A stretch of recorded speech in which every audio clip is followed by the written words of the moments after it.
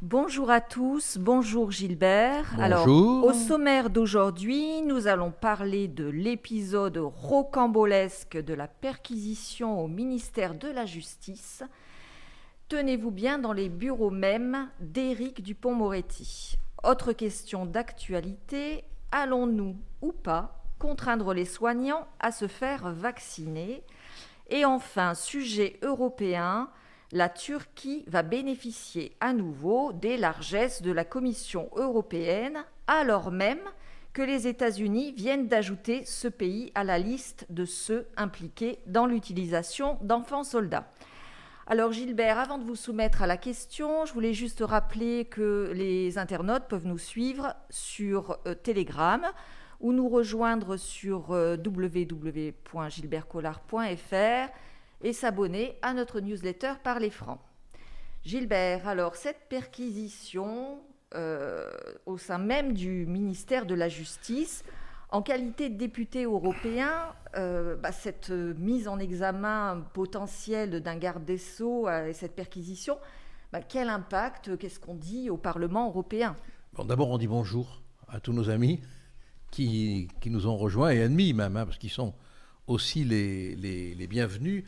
Alors franchement, vu d'Europe, vu des couloirs de l'Union européenne, cette perquisition à l'intérieur du ministère de la Justice, en présence massive du ministre de la Justice, fait à la fois un effet désastreux, un effet comique et un effet d'incompréhension. On a l'impression qu'on est dans une des scènes cultes, vous savez, de la Grande Vadrouille. Là, c'était la Grande Farfouille, parce qu'ils cherchaient quelque chose, où on voit De Funès et Bourvil déguisés en soldats allemands qui viennent d'être arrêtés par des Allemands. Et on a Paul Prébois qui est dans une barque, le pêcheur tranquille, et qui, observant la scène des Allemands qui arrêtent des Allemands, dit voilà qu'ils s'arrêtent entre eux, maintenant ça ne doit pas marcher bien fort. Bon, voilà exactement l'impression que l'on a. On a le sentiment qu'il y a quelque chose de complètement déréglé dans le système français. Là, qui s'arrêtent entre eux maintenant, ça ne doit pas marcher bien fort. Mais finalement, de quoi est-ce qu'on accuse Dupond-Moretti? Qu'est-ce qu'il a fait? Alors, on l'accuse de prise illégale d'intérêt. Bon, ça veut dire qu'il se serait, pour parler un langage qui n'est pas juridique, qu'il se serait mêlé avec son titre de ministre dans des affaires personnelles et qu'il aurait utilisé sa qualité, ses pouvoirs de ministre pour agir dans deux affaires personnelles. L'une qui concerne les fameuses fadettes dont on a beaucoup parlé, qui ont été surveillées dans le cadre de l'affaire concernant Nicolas Sarkozy, son avocat Maître Herzog. Et il y avait quelque part à l'intérieur, soit du parquet, soit de l'équipe de la police, d'après les magistrats du parquet financier, un traître. Une espèce de Mata-Hari. Et ils cherchaient à savoir qui avait pu renseigner, donc ils ont mis... Qui était la taupe. Qui était la taupe, là. Et donc ils ont mis sous surveillance ces fadettes, et parmi les fadettes qui ont été mises sous surveillance, celle fatale du ministre de la Justice, qui à l'époque, du reste, en était indigné. Il avait déposé plainte, il avait parlé, rappelez-vous, de méthodes, je le cite, de cow-boy, et ça avait eu des incidents, une incidence très... Non, les méthodes de cow-boy, c'était pour le second, je me trompe là. Parce qu'il y a aussi une autre affaire qui concerne M. Levrault, qui est un magistrat monégasque, contre lequel il avait déposé plainte aussi pour ses méthodes. Bon, donc, dans ces deux affaires, il y a des actions disciplinaires qui ont été engagées, et 3 syndicats, plus Anticor, ont soutenu que nous avions affaire là à une prise illégale d'intérêt. Alors d'un côté, il avait parlé de méthode de barbouze, de l'autre de comportement de cow-boy, il avait déposé plainte, puis après, quand il a été nommé ministre, il a retiré sa plainte, mais les poursuites disciplinaires continuent, et c'est à propos, pour faire simple, de ces poursuites disciplinaires que les syndicats de magistrats plus l'association Anticor, considère qu'il a fait une prise illégale, illicite d'intérêt en se mêlant à titre de ministre d'affaires quand même personnelles. Voilà, c'est exactement ça. Alors, en attendant, cette perquisition a duré, je crois, des heures. 15 heures. Alors, avez-vous des détails justement sur la façon dont ça s'est passé ? Alors, mes renseignements, je ne vais pas balancer les amis qui auraient pu me dire quelque chose, mais il y a un article du Canard enchaîné qui est extraordinaire, quoi. Là, vraiment, c'est trop drôle. On peut pas s'en priver. Tout à l'heure, on parlait de Funès, mais là, quand on évoque la perquisition, on a l'impression qu'on est dans les gendarmes de Saint-Tropez. Hein. Alors, les magistrats sont arrivés au nombre de 3. Hein. 3. Plus les magistrats, hein, au nombre de 3. Plus une vingtaine de gendarmes qui accompagnaient ces magistrats.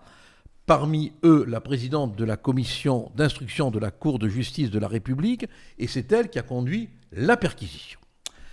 Alors, qu'est-ce qui va se passer à l'intérieur du ministère de la Justice, dans la somptueuse place Vendôme, à l'intérieur du bureau du gîte judiciaire de Dupond-Moretti?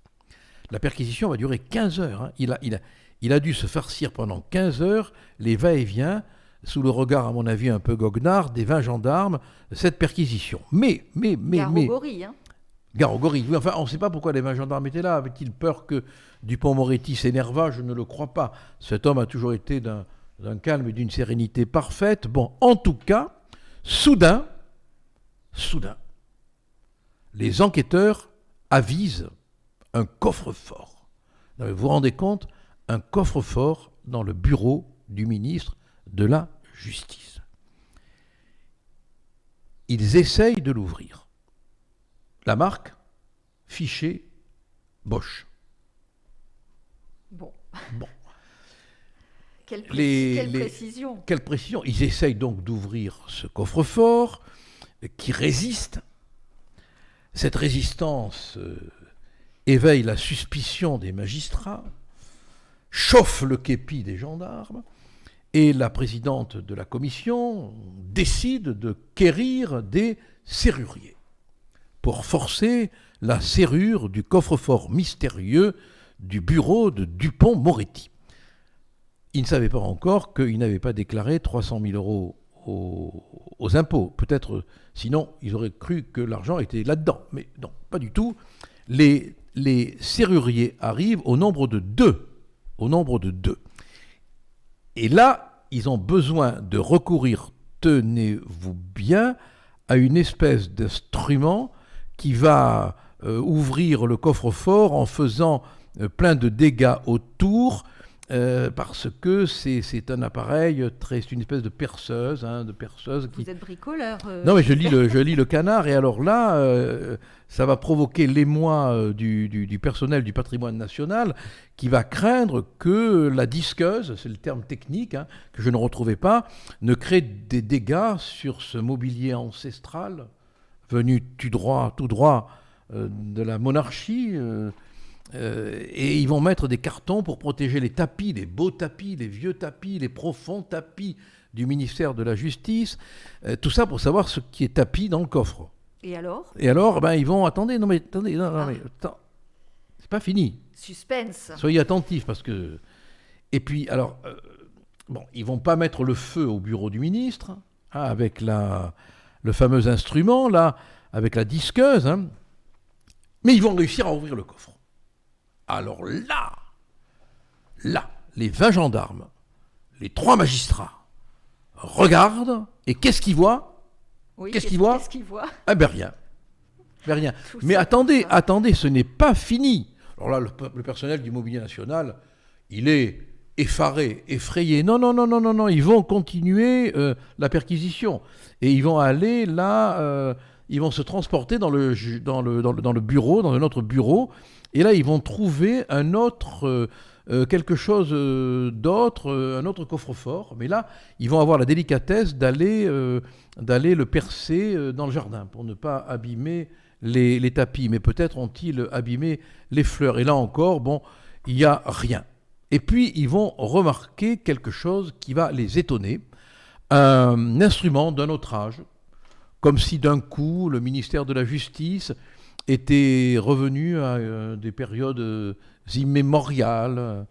C'est une espèce d'instrument énorme qui les intrigue. Vous savez ce que c'est ? Non, mais vous allez me le dire. Eh bien, ce sont les presses de la Constitution. Celles qui permettent d'apposer le fameux sceau dont le ministre a la garde. Voilà. Alors, ils vont se demander, les magistrats, ce qu'il peut y avoir sous les sceaux. C'est-à-dire, que peut-il y avoir dans les meubles sur lesquels reposent les sceaux. Et alors, ils ont embarqué les meubles ? Non, parce que là, quand même, ça devenait une infraction à la réglementation sur le patrimoine national. Il fallait l'accord du mobilier national, donc ils n'ont pas pu emporter les meubles, et les sceaux sont restés à leur place.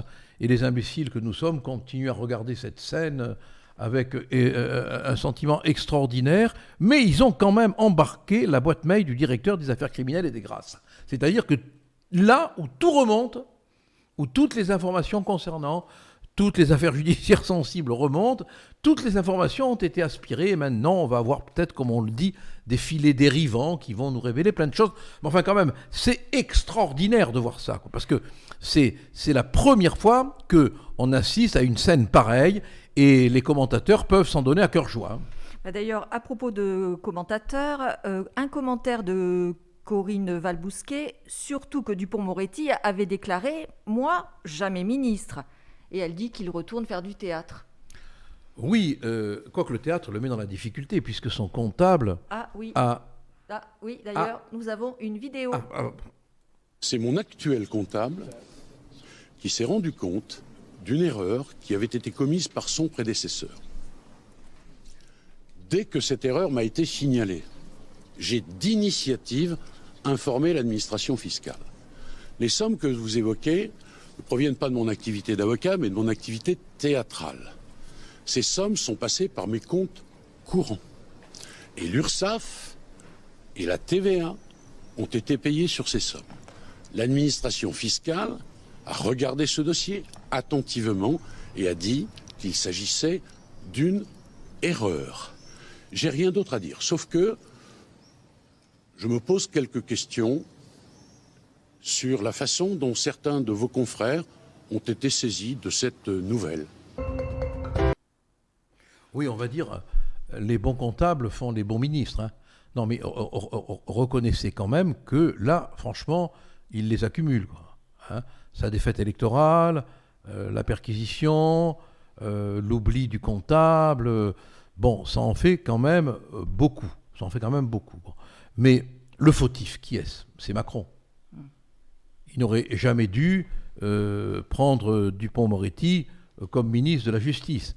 Et le voilà maintenant embarrassé au milieu d'un règlement de compte entre Dupond-Moretti, qui n'aime pas les magistrats, et les magistrats qui ne l'aiment pas.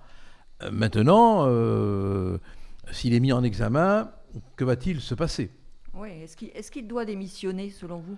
Moi, j'ai toujours soutenu qu'une mise en examen ne valait pas une condamnation. Et que ce n'est pas parce que quelqu'un est mis en examen qu'il est pour autant coupable. Donc je reste, même si c'est Dupond-Moretti, fidèle à mes idées. On peut être mis en examen et être relaxé, ou être mis en examen et être acquitté. Donc ce n'est pas la mise en examen, sauf en cas de flagrant délit ou de crime flagrant, on se comprend bien, qui doit dicter le départ d'un ministre. Mais maintenant, c'est à la personne concernée elle-même de prendre la décision.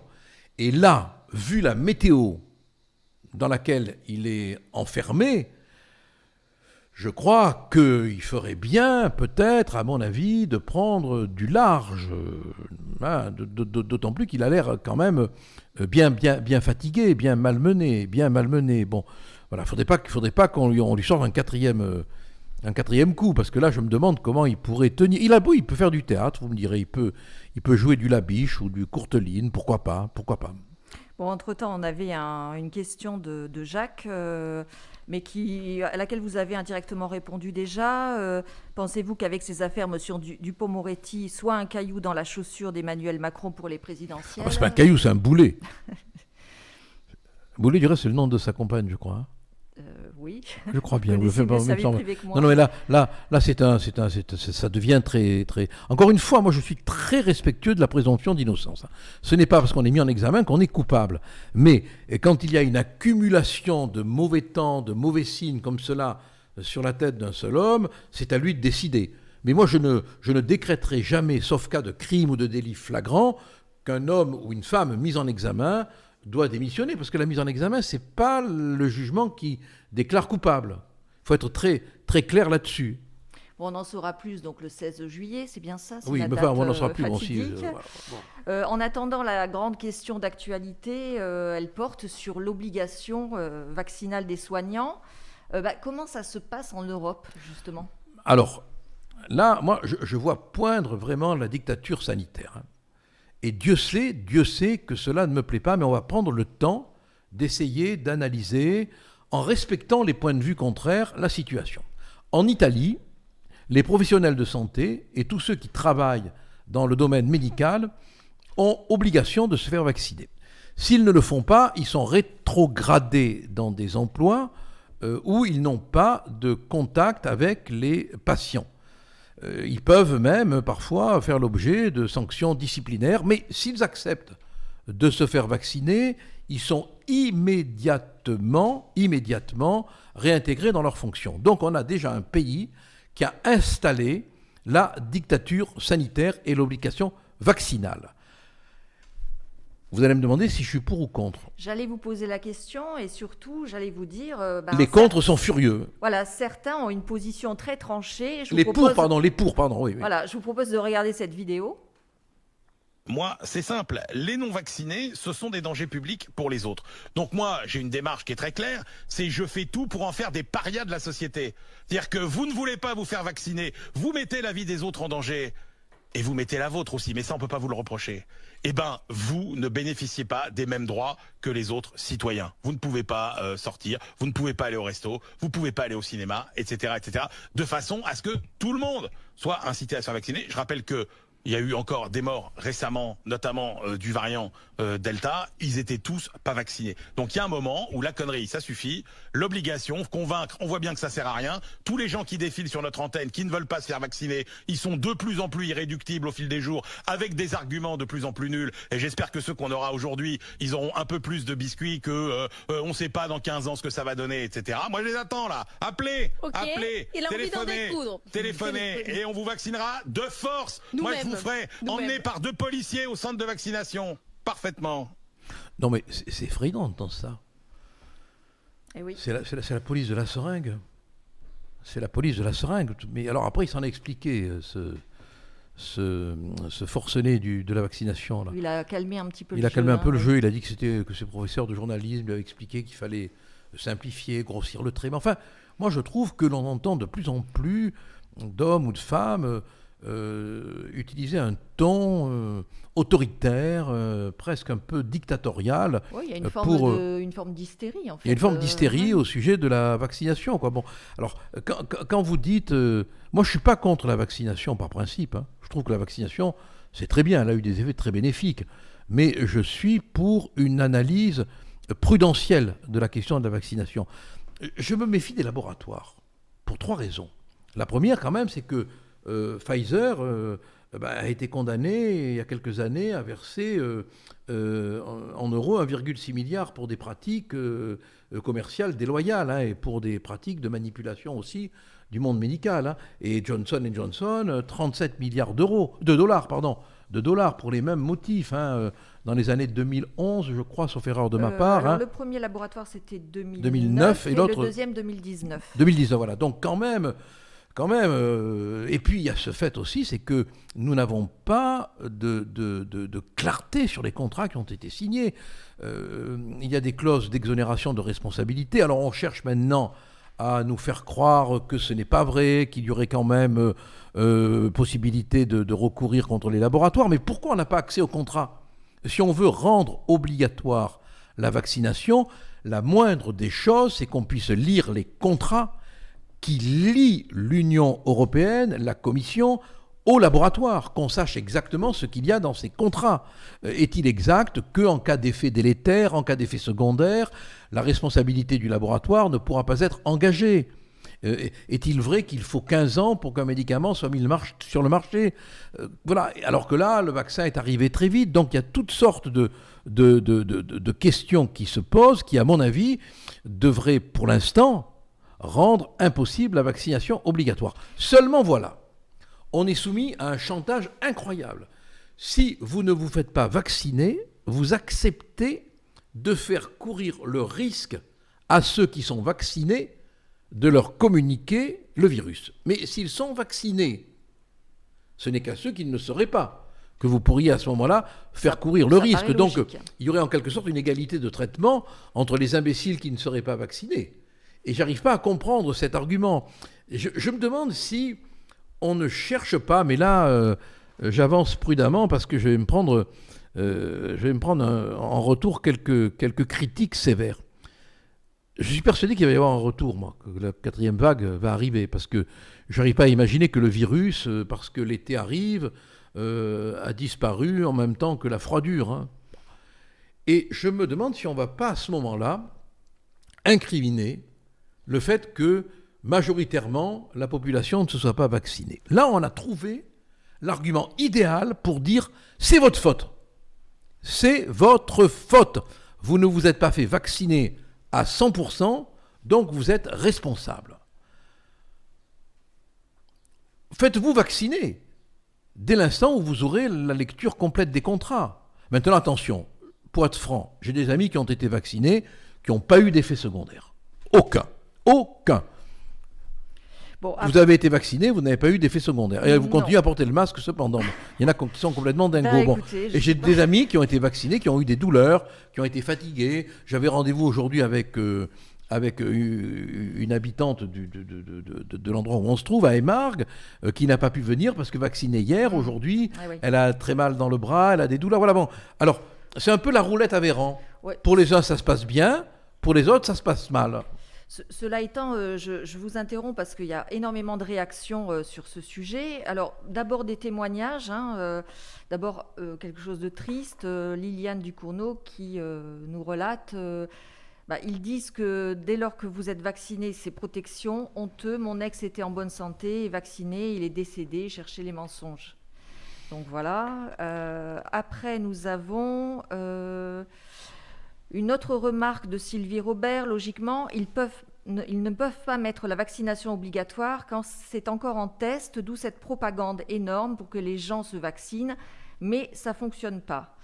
Ruikina nous dit « N'oubliez pas que s'il y a eu au long des années des vaccins qui nous ont quand même sauvé la vie, oui, qu'il y a quand même des vaccins qui nous ont sauvé la vie. » Oui, mais qu'on soit clair, moi je ne suis absolument pas contre les vaccins. Je suis pour la clarté, c'est-à-dire que je veux voir les contrats. Je veux savoir ce qu'il y a dans les contrats pour qu'on puisse, à ce moment-là, en connaissance de cause, prendre des mesures autoritaires. C'est tout ce que je demande. Hein. Après, il y a Suzy qui nous demande pourquoi ils interdisent les traitements qui soignent, comme l'ivermectine, et préfèrent rendre obligatoire la vaccination. C'est vrai qu'on ne parle jamais des traitements. Et alors, voilà un point sur lequel je n'arrive pas à avoir d'explication. Pourquoi n'a-t-on pas travaillé d'arrache-pied, d'arrache-nuit, d'arrache-sommeil sur le traitement ? Et quand même, la polémique autour de l'hydroxychloroquine, elle n'est pas finie, elle n'est pas terminée quand même, elle n'est pas terminée. Je me demande si derrière tout ça, il n'y a pas un phénomène d'argent aussi. Hein. Alors, on va dire qu'on est complotiste. Non, je ne crois pas au complot, moi. Le virus existe, la maladie existe, les laboratoires existent. Ce que j'ai évoqué tout à l'heure au sujet de 2 laboratoires est vrai. Ce qu'on peut exiger quand même, c'est la transparence. Rappelez-vous les masques, enfin quand même. On a embarqué 2 curés en garde à vue parce qu'ils avaient célébré une messe où il y avait... je crois une 50aine ou une 60aine de personnes. Et là, maintenant, les gens se rassemblent à plusieurs centaines, sans masque. Non, mais où est la réalité, quoi ? Où est le bon sens ? La vérité, c'est qu'on a du mal à suivre, on a du mal à comprendre. Et quand on est dans cette incertitude, on a le devoir et le droit de se poser des questions. Mais aujourd'hui, le simple fait de se poser une question est vécu comme un attentat à la santé d'autrui. C'est incroyable. Et comment finalement vous expliquez, vous, la réticence des soignants à se faire vacciner, au-delà de cette histoire d'obligation Ils sont peut-être quand même bien placés. Ils sont quand même bien placés pour savoir. J'arrive pas à imaginer qu'un soignant, délibérément, veuille mettre en danger la santé des patients. Je n'arrive pas à concevoir que cela puisse exister. Donc, ils doivent, à mon avis, penser, à juste titre, du reste, je crois, que le port du masque, le lavage régulier des mains est très suffisant. Mais il y a des gens vaccinés qui contaminent. On le sait, c'est pas... Donc, je crois que là, on joue... J'ai très peur, moi, qu'on essaye d'utiliser cette vaccination systématique qui ne serait pas réalisée par le fait de la mauvaise volonté de certains comme étant le facteur d'explication d'une quatrième vague. J'ai peur qu'on mette en place une rhétorique de l'explication de la faute collective. Un commentaire aussi intéressant de Suzy qui dit ici à Levallois dans le 92, pas de cinéma en plein air, si pas de vaccin, le passeport sanitaire est devenu obligatoire. Est-ce qu'au fond vous craignez cette dérive au-delà de la vaccination obligatoire sur une forme de dictature qui se mettrait en place? La crypto-dictature sanitaire, elle est déjà en place. Et si encore nous étions dans une clarté décisionnelle, on pourrait se dire c'est nécessaire, il faut l'accepter. Mais si on fait le récapitulatif de tout ce qui s'est passé, au début on nous disait, rappelez-vous que c'était une grippette. Madame Buzyn prétendait même qu'avec un cachet d'aspirine, c'était réglé. Après on nous a dit que les masques n'étaient pas utiles. On nous l'a dit. Après on nous a dit qu'il fallait 1 mètre de distance, puis après 2 mètres. On nous a dit qu'il fallait se faire vacciner, mais il n'y avait pas de vaccin. On nous a dit qu'il y avait des vaccinodromes, mais on ne les trouvait pas. Il y a eu des problèmes de livraison. Les contrats, on n'a pas pu les lire. Ils étaient, comme on dit, cancellés. C'est-à-dire qu'il y avait des parties, quand on allait les voir, sous haute surveillance et très difficilement et très rarement, on n'avait pas une lecture globale du contrat. Donc on n'a pas l'accès à la totalité des contrats. Tout ça, qu'est-ce que je vous dis, ça crée une atmosphère lugubre d'opacité qui ne rassure pas. Voilà. Et quand il n'y a pas de clarté et qu'en même temps on veut l'autorité, ça ne peut pas aller. Et alors Olivier, lui, dit, mais on ne peut pas m'obliger à me vacciner, chacun est libre de ses choix, peut faire comme il veut. Qu'en pensez-vous? Est-ce que ça va à l'encontre des droits de l'homme? Moi je pense que... Alors, quand on a affaire à un vaccin qui a fait ses preuves, qui a une antériorité, qui est répertorié comme n'ayant pas d'effet secondaire, là, on peut, à mon avis, pour des circonstances particulières, le rendre obligatoire. Mais quand on a affaire à des vaccins incertains, vendus dans le cadre de contrats opaques, dont on n'est pas certain qu'ils agissent, notamment sur les variants, on est même parfois certain qu'ils n'agissent pas, il serait attentatoire aux droits de l'homme qu'on veuille imposer une vaccination avec un vaccin qui n'est pas un vaccin du reste. Il faut quand même le dire, ça serait complètement... Mais celui qui a tout dit, je m'en excuse, il n'a pas fait exprès, parce que c'est l'homme qui parle sans trop faire attention aux conséquences de ce qu'il peut dire, mais Dupond-Moretti. Dupond-Moretti, à propos de la vaccination en prison, à propos de la vaccination, on a des images. On a une preuve. Est-ce que les détenus ont le droit de refuser de se faire vacciner à l'AstraZeneca? Mais madame, les détenus, c'est pas des cobayes.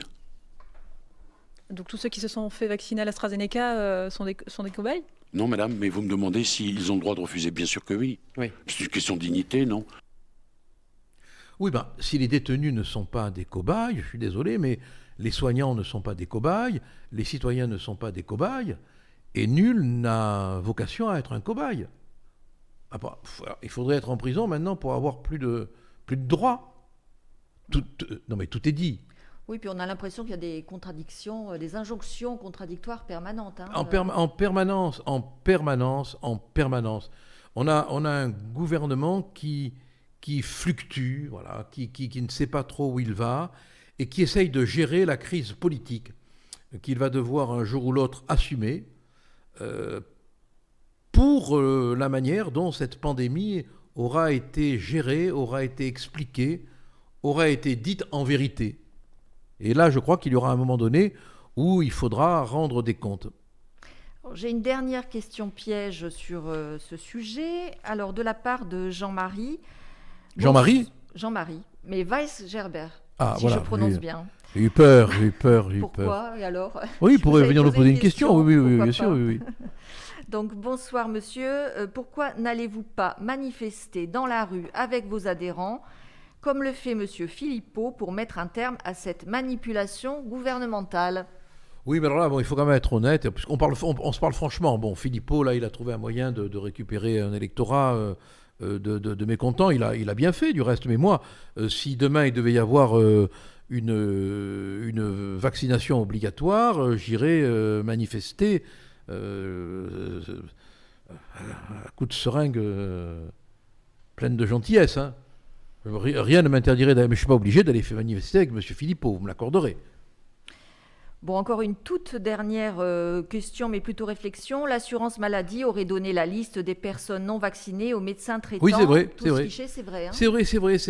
C'est-à-dire qu'on va avoir affaire maintenant à des médecins traitants, maltraitants, puisque ils vont avoir accès. Ce qui me préoccupe beaucoup, je reviens sur ce que j'ai déjà dit, mais je crois que ça vaut la peine de réfléchir là-dessus. Je ne dis pas que j'ai raison. Hein. Moi, j'admets que je me trompe, hein.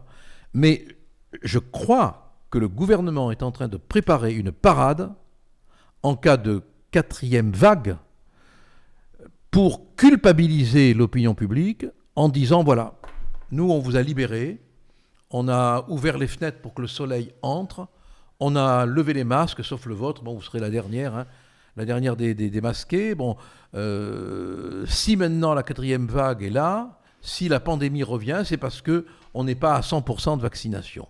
Ouais, vous êtes coupable. Non mais je peux me tromper, mais j'ai l'impression qu'il y a un processus de culpabilisation qui se met en place que l'on ne dénonce pas par anticipation, et moi j'essaye de le faire. Mais je ne dis pas que j'ai forcément raison, qu'on se comprenne bien.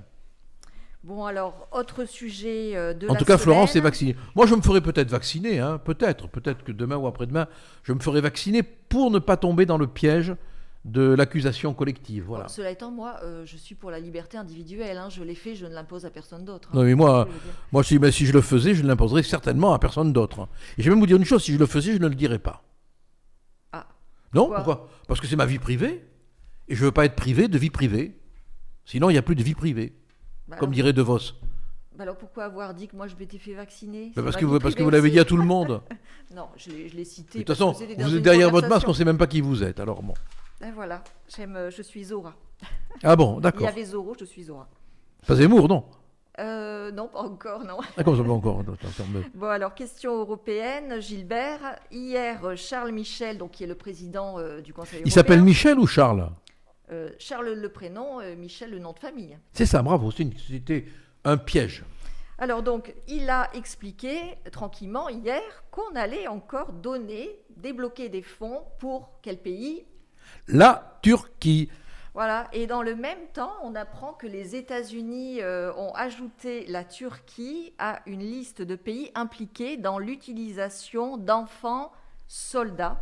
Voilà, alors on a déjà donné... Oui, pardon ? Oui, au cours de l'année écoulée. Voilà, donc qu'en pensez-vous ? Je suis effaré. Plus on prend de coups de pompe dans le cul, plus on dit merci, quoi. Je veux dire, c'est absolument incroyable. Du reste, il vaut mieux qu'on s'agenouille parce que la force de propulsion du coup de pompe dans le cul est beaucoup plus efficace. Hein. Bon.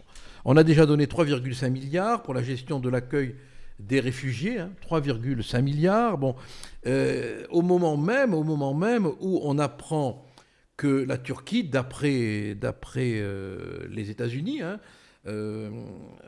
serait en lien avec, apporterait un soutien tangible, dit l'autorité américaine, à la division Sultan Murad, je ne sais pas comment on prononce, ou Mourad, hein, qui utiliserait, selon Washington, et recruterait des enfants soldats. Bon. Alors, un haut fonctionnaire de ce même département d'État a également fait référence à l'utilisation d'enfants soldats en Libye.